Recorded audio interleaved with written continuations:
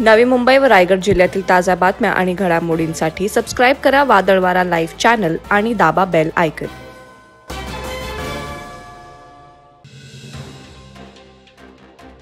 22 जानेवारी रोजी अयोध्येतील श्रीराम मंदिराचं लोकार्पण होत आहे।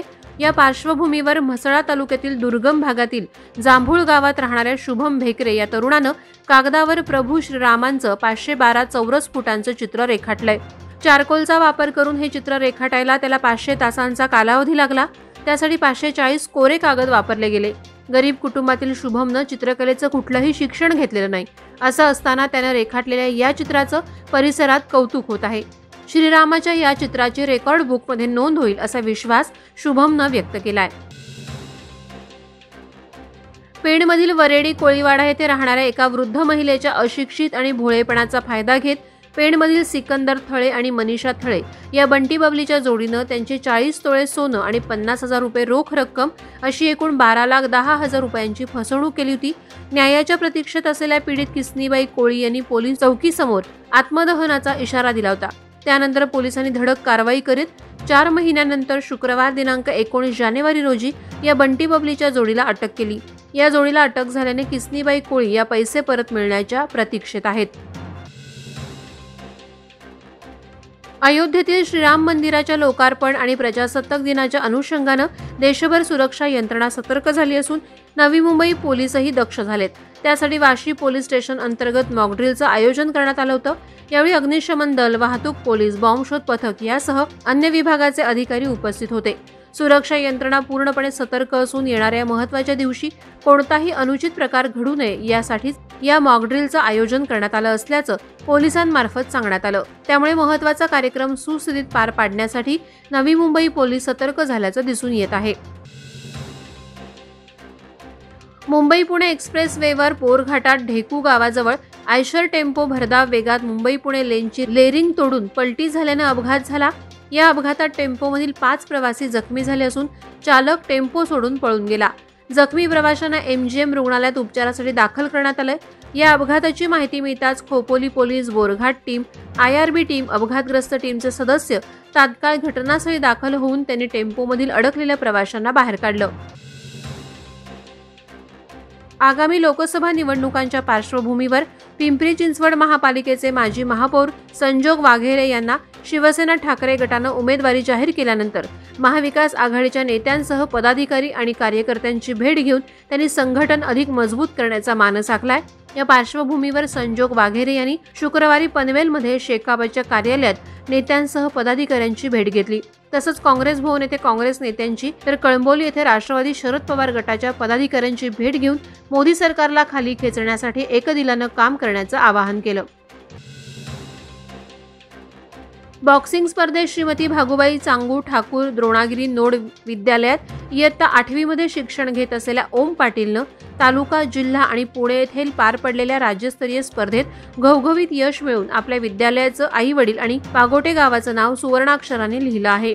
ओम पाटीलचा आदर्श विद्यार्थ्यांनी अंगीकरणं गरजेचं आहे असं प्रतिपादन सामाजिक कार्यकर्ते भाजपाचे ज्येष्ठ नेते YT देशमुख यांनी केलंय। पागोटे गावचे माजी सरपंच योगेश पाटील आणि पूनम पाटील यांचा पुत्र ओमचं ऑलिम्पिक स्पर्धेत सहभाग घेऊन देशासाठी गोल्ड मेडल जिंकण्याचा मानस आहे। नवी मुंबईतील APMC बाजाराच्या बाहेरील बाजूला अनेक जण कोल्ड स्टोरेजमध्ये फळांची साठवणूक करतात आणि विक्रीची कोणतीही परवानगी नसताना अनधिकृतपणे त्यांची विक्री केली जाते। त्यामुळे APMC मधील व्यापाऱ्यांच्या व्यवसायावर विपरीत परिणाम होतो। पर्यायाने त्यांना आर्थिक भुर्दंड सोसावा लागतो। याबाबत अनेक वेळा सरकारकडे पत्रव्यवहार करूनही सरकार नवीन कायदा आणून माथाडी यांना संपवू पाहत आहे। त्यामुळे आज आंदोलन करूनही कारवाई झाली नाही तर आम्ही अशा अनधिकृत कोल्ड स्टोरेज आणि फळ विक्रेते व्यवसायाला टाळा लावू असा इशारा माथाडी नेते आमदार शशिकांत शिंदे यांनी दिला आहे। श्री रामलल्ला प्राणप्रतिष्ठा उत्साहाचं औचित्य साधून आणि देशाचे लाडके पंतप्रधान नरेंद्र मोदी यांच्या स्वच्छता आव्हानाला सक्रिय प्रतिसाद म्हणून जनशिक्षण संस्था रायगड महाराष्ट्राच्या माध्यमातून एकदंत मंदिर सहाण परिसरात JSS रायगडच्या माध्यमातून मोठ्या उत्साहात स्वच्छता श्रमदान करण्यात आलं। या कार्यक्रमात उपस्थित महिला भगिनींनी आणि कर्मचाऱ्यांनी स्वच्छतेची शपथ घेतली।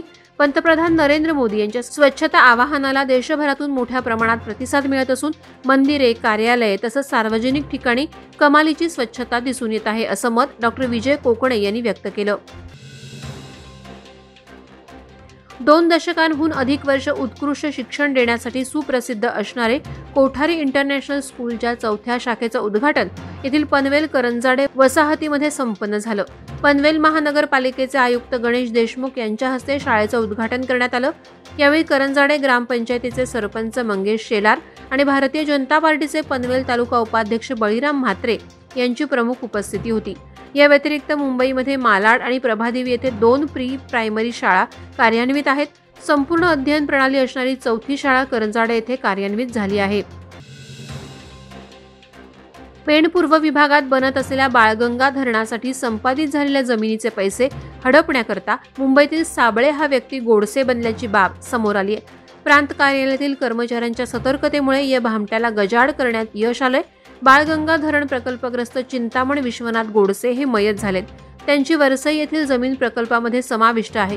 त्यांच्या जमिनीचे येणारे 7,65,000 रुपये लाटण्यासाठी विश्वास अनंत साबळे वय 55 राहणार दहिसर यानं मयत चिंतामण गोडसे यांच्या नावाचं बनावट आधार कार्ड, पॅन कार्ड बनवून शपथपत्रामध्ये खाडाखोड करून पैसे लाटण्याचा प्रयत्न केला.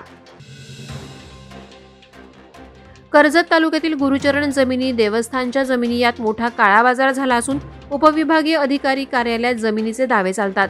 मात्र यात गोरगरीब शेतकऱ्यांवर अन्यायकारक निर्णय देण्यात येत असल्याचा आरोप भाजपाचे कर्जत विधानसभा निवडणूक प्रमुख किरण ठाकरे यांनी केलाय. याबाबत त्यांनी तक्रारी केल्या, मात्र त्यावर निर्णय न झाल्याने आता ठाकरे कर्जत शहराच्या लोकमान्य टिळक चौकात आंदोलनाला बसले. दरम्यान याबाबत आपण सर्वोच्च न्यायालयामध्ये लढाई लढणार असल्याचं देखील ठाकरे यांनी सांगितलंय. वादळवारा लाईव्हसाठी न्यूज ब्युरो, रायगड. नवी मुंबई व रायगड जिल्ह्यातील ताज्या बातम्या आणि घडामोडींसाठी सबस्क्राईब करा वादळवारा लाईव्ह चॅनल आणि दाबा बेल आयकॉन.